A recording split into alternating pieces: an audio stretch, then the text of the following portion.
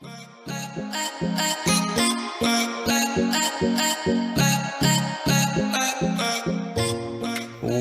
to the Creative Mastermind Show. I'm Jordan Jardine, and I'm joined with my co-hosts Pavel Sokov and Alex Cassione.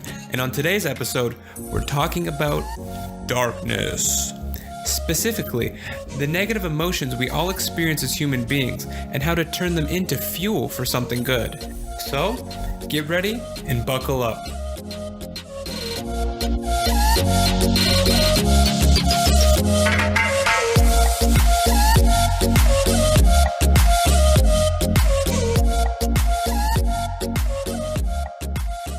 Alright guys, welcome to the show. So today we're going to talk about how to harness the powers of the dark side to create a lightsaber that will help you destroy the rebels in your art career. Alright. Will you choose to be Luke Skywalker or Darth Vader? So this is how I turned into Darth Vader using bad vibe. No, but seriously, this is an episode about how to use dark motivations to kind of get a boost in your art. Yep. So for example, for me, one of the basest things that I kind of always rely on is to use competition. Mm-hmm. So this was very apparent in an art atelier case, but also just having a look at Instagram. So I know we've all been to art ateliers and we've seen those people that are perhaps younger than us but are performing better. I think that's envy. Do you actually believe that envy is not envy, maybe like inspiration? Like, do you actually feel like it a could darkness be a starter. looking at those people? Because I actually don't get a darkness looking at people who are like much better than me that I revere. I'm like, I respect that. Like, I want to be like that. No, but like, when it's a motivator, right? It's almost like when you're, as a guy, when you look at like someone who works out and you say, hold on a sec, like I want to, like, why am I not, in a good shape like this person? But it could be whatever, whatever you have interest towards you compare, but it's not necessarily a bad thing if you are able to take the proper criticism. And it's okay to, because I think what you're referring to is you want it to be pure. Like, let's say we see a younger guy posting something really fantastic that's way better than you've done, and he's younger than you, and you're saying we should feel purely inspired. But no, I'm saying you can feel both. Mm-hmm. I'm saying I don't think it's exclusively darkness. Yeah. That is like when I see the young guy who's super talented, or just anyone who's super talented, I don't feel darkness. Yeah. It's maybe like darkness when you feel someone who's like slighted you in some way, or like maybe it is the youngness that kind of presses against your ego, so you have your own reaction. Yeah, that one really does. And that's where the darkness comes. Exactly. When it makes you inadequate. I feel like it's when you feel maybe also in more personal cases, like when you feel like disrespected if somebody made a comment about like who you are at that moment, and you're like, oh yeah, let me prove you wrong, and then you just like I had a few of those that I used to great effect.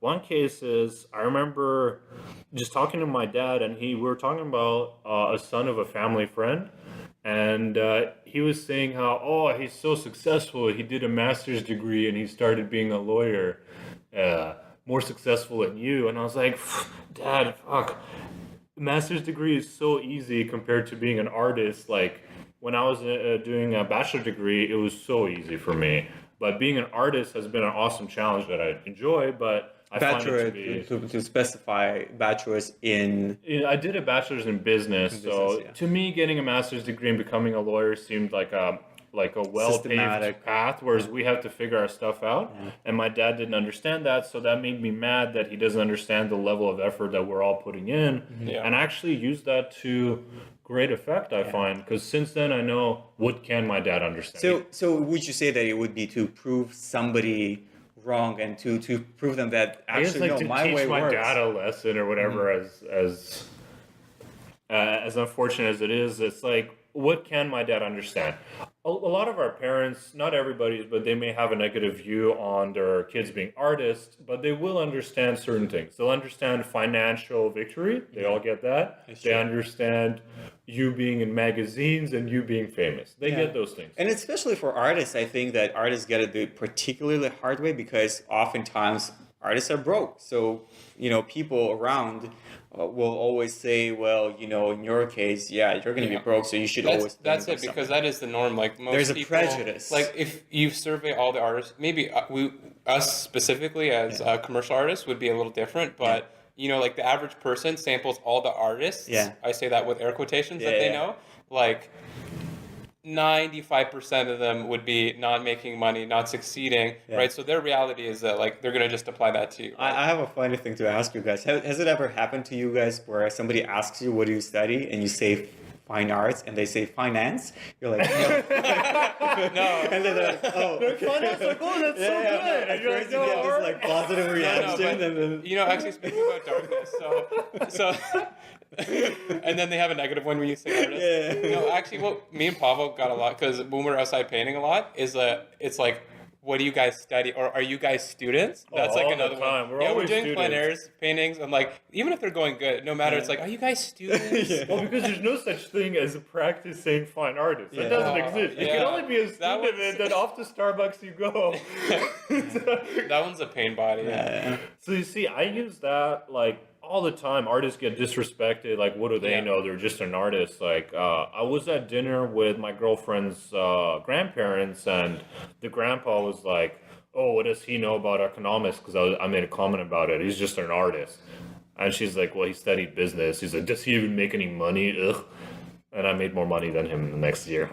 But I have to say, literally, that comment where I was like, at that time when he said it, I was actually not having a lot of clients. Yeah. So I'm like, oh, fuck.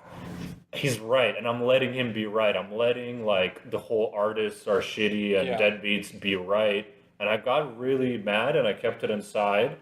And since that dinner, I made more money than him. I think thanks to that. I can relate to that a lot. Like, I know, especially when I was starting out, I remember, like, disclosing my plans. Because, like, when you're, like, 20... 21, everyone's like, what are you gonna do? Like, what are you doing? Like, what are you going to school for? Fine arts. And then I'm like, I'm in art school, and they're like, oh, and they're like, oh, what do you plan to do that? Like, oh, like I want to work in like video games. I want to work on movies, right? And they're like, oh, okay, and they give you like. They have like the expression like they're deep down thinking like it's not gonna fucking work out for this kid. Relatives especially. Yeah, it's usually people that are quite a bit older, like maybe like parents, friends, or like I don't know. Oh, that's aunts. Nice. Oh, you good. That's nice. I'm not gonna. Yeah, there's a definite like condescension that I've kind of came across, and that was really kind of painful for me, especially when you're not succeeding. That's even the hardest part because like when you're at the beginning and you do actually suck and you haven't succeeded in any way. Like you really kind of take that emotionally, and I think that has been good fuel for me, right? Like trying to prove them wrong.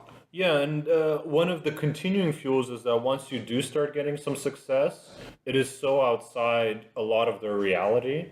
Like even for my dad, he still can't quite grasp it. So you have to actually continue succeeding for a really long time for them to be like, oh shit, artists can be real contributing members of society.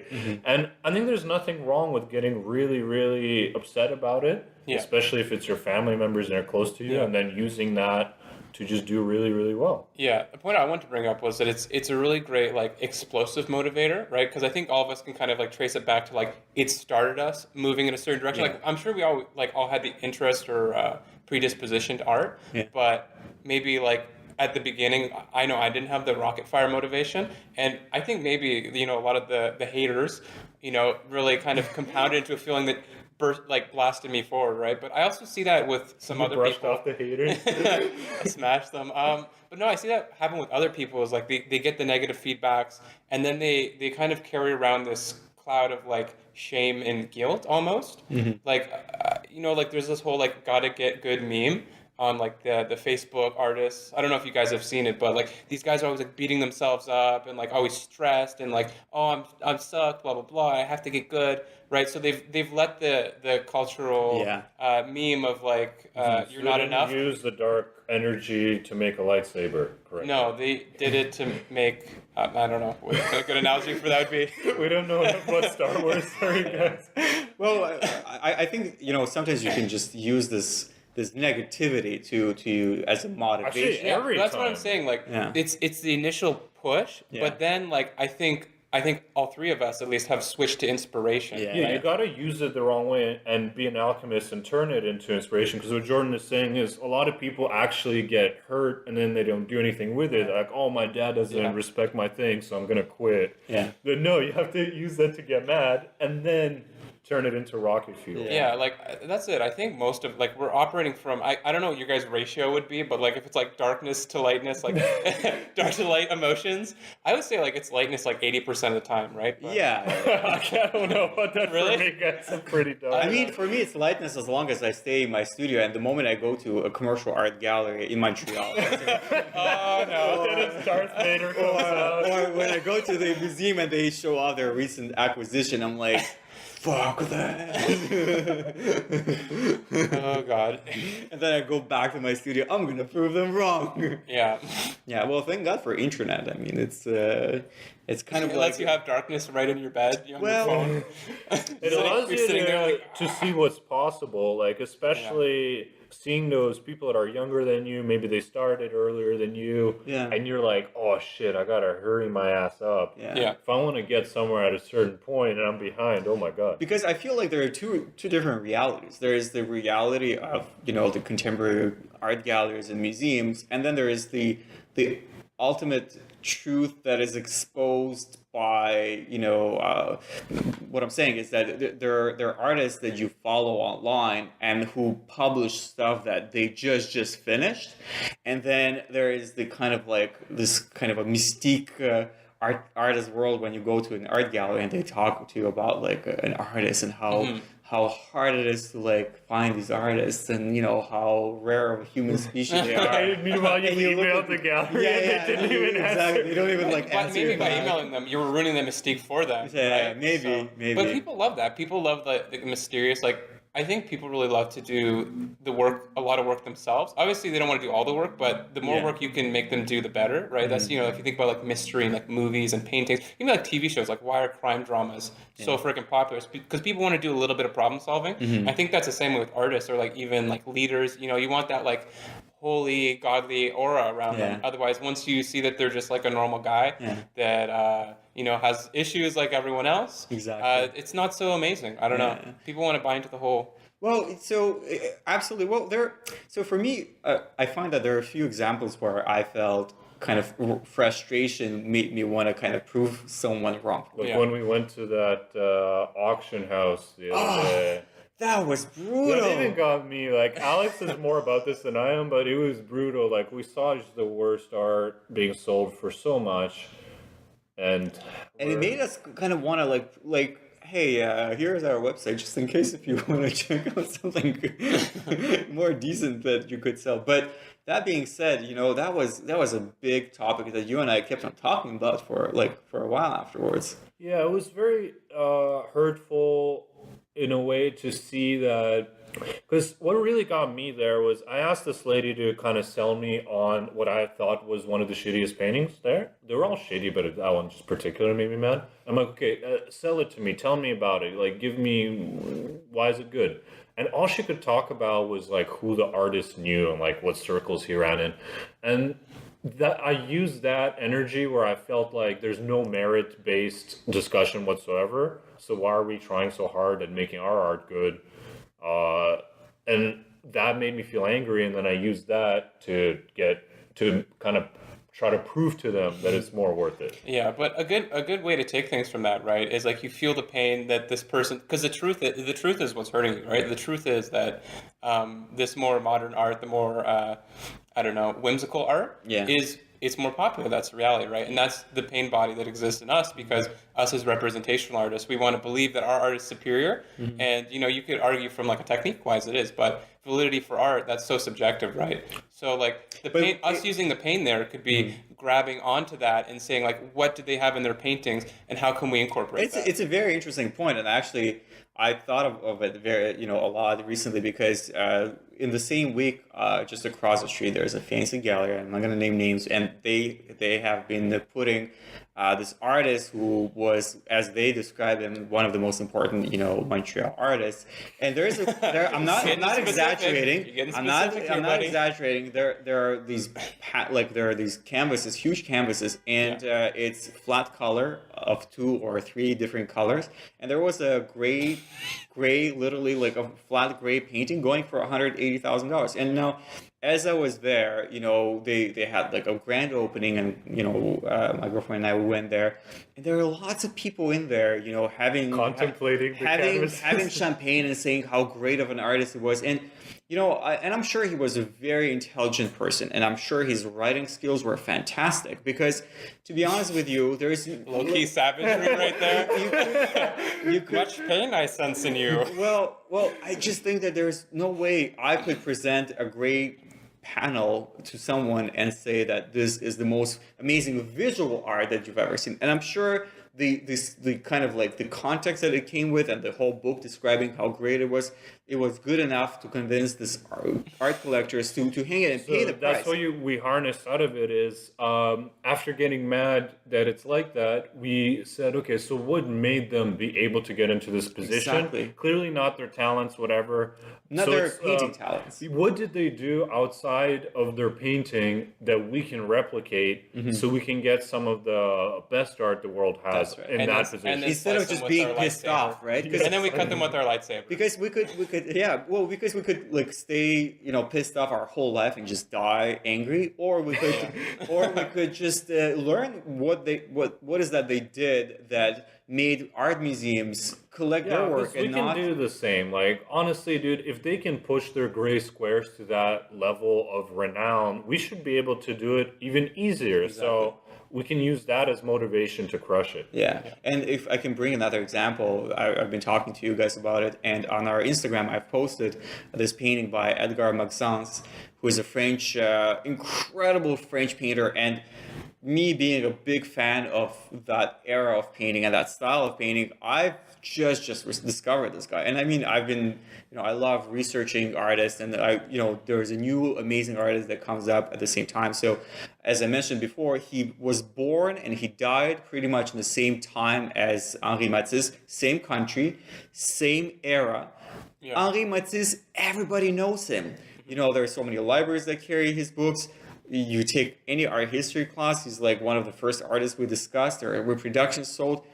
And to me, I mean, it just doesn't make sense. How could it possibly be that Edgar Maxence was not famous at all? I mean, he very unfortunately, he just lived his life, and I hope he was making an okay living. I mean, he wasn't poor, but why do we make a big deal about someone like Matisse, and the world doesn't remember a guy like Maxence? And what I'm saying is that what motivates me a lot is to see this example of unfairness, and to bring this kind of fair values to this world, where good artists should get what they deserve. Yeah, but we have to remember that it is true, but we can't just sit there because it's just and it will happen. We have to take action, and that's what motivates you. Exactly. And that's why you're taking action, because you can't just sit there saying we have better paintings, so we deserve more acclaim. It's also on the artist to bring it to the public, right? That's right. Because like even with a thing like music, right? Like, if you look at pop music, it's not necessarily like the deepest, most intellectual music. It's not going to change anyone's life, right? But what it is it's accessible, right? It's been scientifically, genetically engineered to be accessible for anyone to listen and to. And also it's been co-signed by other people in the herd, so you feel like you fit in. You could say that's the same thing with like these modern art artists, or not modern artists, or just things that we kind of are not describing on a technical level, but are more engaging to the mainstream, right? Yeah. So like, because it's up to us as artists. Like we can push the amazing technical artists, but maybe there's a reason why they never became mainstream, right? Maybe it's a flaw in the Whereas there's always a greater institution above the artist that controls what becomes popular and what doesn't. Yeah. Back in the day, it was we can control it now. We can because we have internet. But because let's say even we're talking about mainstream music. Most people listen to music on the radio while they're driving back home.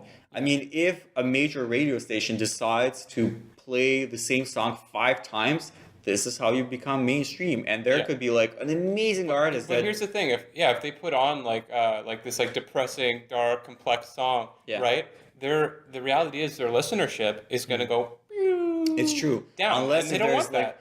Unless if there is an exchange between, let's say, a circle of people who relate to the same type of music and share the same kind of type of musician. Well, it's interesting you see people who blend them both together, right? Like someone who can make like a pop relatable sound, but they can also inject some deeper subject matter, right? And I think maybe that's what we have to do as artists. Who knows? I don't know if that's exactly where I want to take my artwork, but if we want the kind of great success, maybe we also have to not only have the marketing, but have the relatability to everyone. It's true, but wouldn't you say that overall people can relate to something that is, people can relate to seeing a good portrait, for instance? Yeah, but it's our job to make it accessible. So so I was telling you before the show, right? I was talking with my friend, and he's a visual effects artist, so he's not like a painter or anything. And I showed him like these kind of emotional figurative works, and I showed him a landscape painting. Which one do you think he preferred more?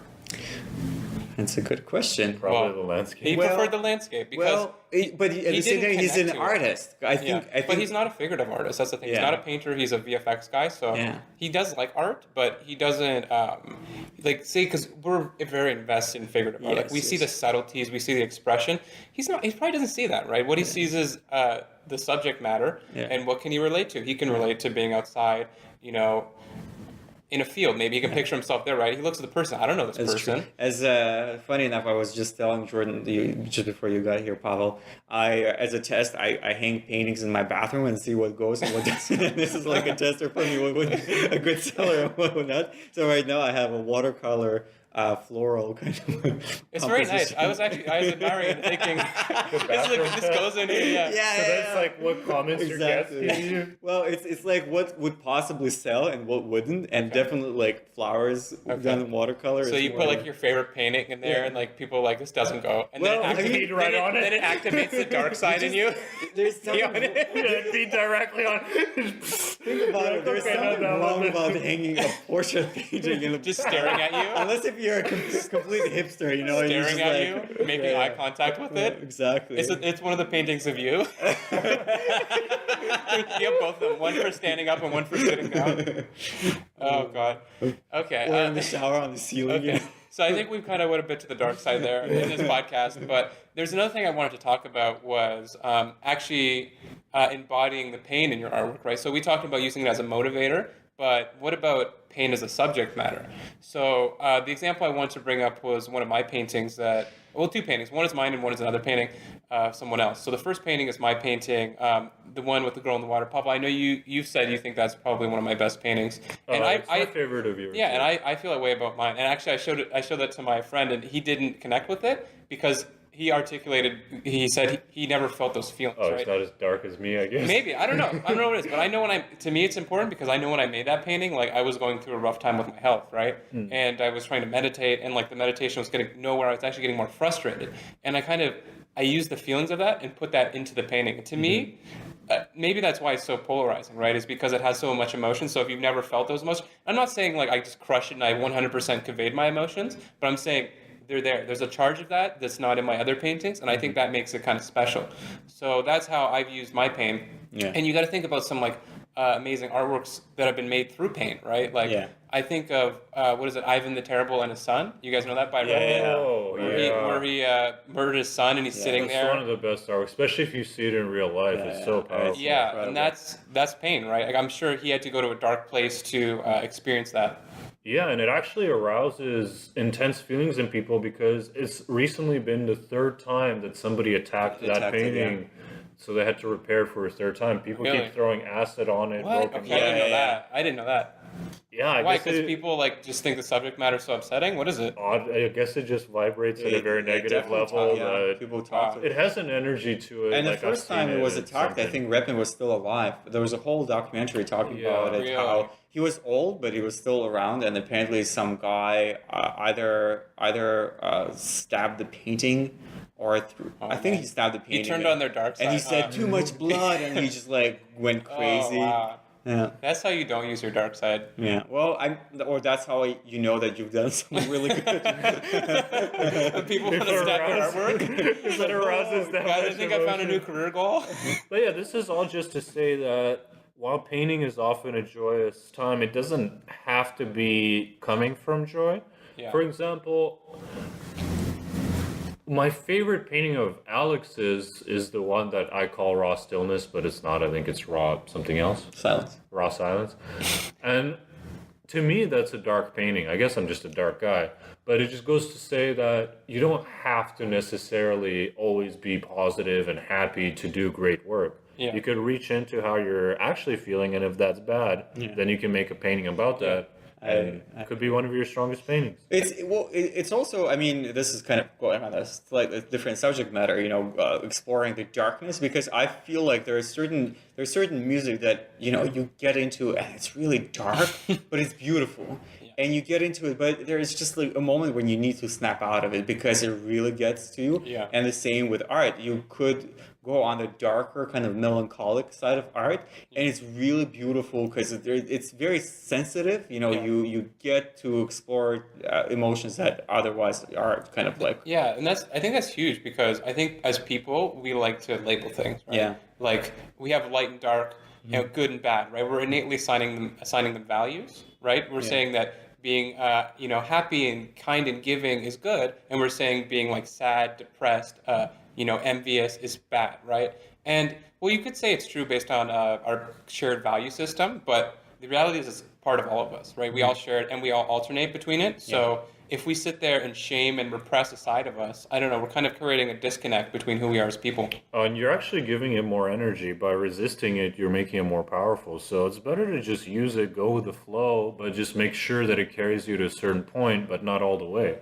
Because you can't use your darkness the entire way just as a boost. And then you leave it behind and you find something lighter to keep going. Yeah, it's not getting identified with it. Like, some people you've met like identify with darkness as a whole, and like that's just their persona. They're almost always living in like that dark area, or like maybe like the person who always lives on lightness, maybe like they're always too happy, too positive. It seems kind of fake, right? They've identified with one of those, and they're not letting the other, which is still part of them, like it's still there. I don't think there's a single person that's wholly good, right? And they're just not accessing it, and it feels fake and weird. Yeah, you made a very interesting point where sometimes if you're harnessing too much light energy, that is actually associated a little bit with inaction. Yeah. And I kind of associate dark energy with a boost of action. So sometimes, like you said, some people, they're just always so happy. They don't have a chip on their shoulder. They're not fighting to make their career happen because they're happy already. Or the chip is buried so deep down that they're not accessing it. Yeah, so they could actually use some dark energy to get a little bit mad so they can take more action.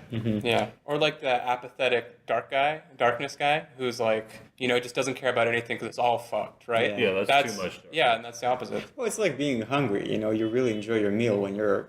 Okay. Look at me. I'm gonna enjoy It's not a good thing to be hungry, and if you starve yourself, it's not good either. But you really enjoy your meal when you haven't, and if you deserve it. When you hungry for the destruction of your competition. That's right. And another evil.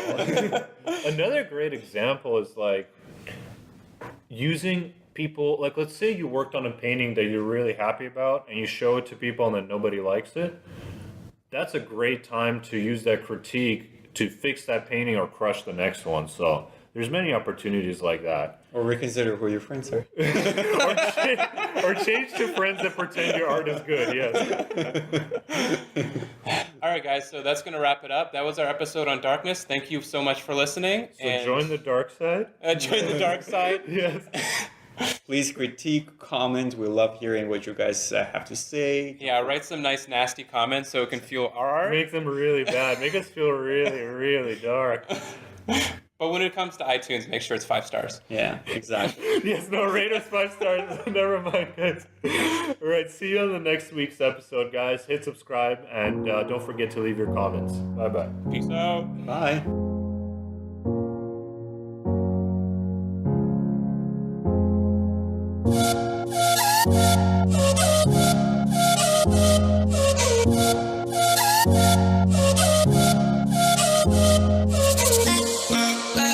I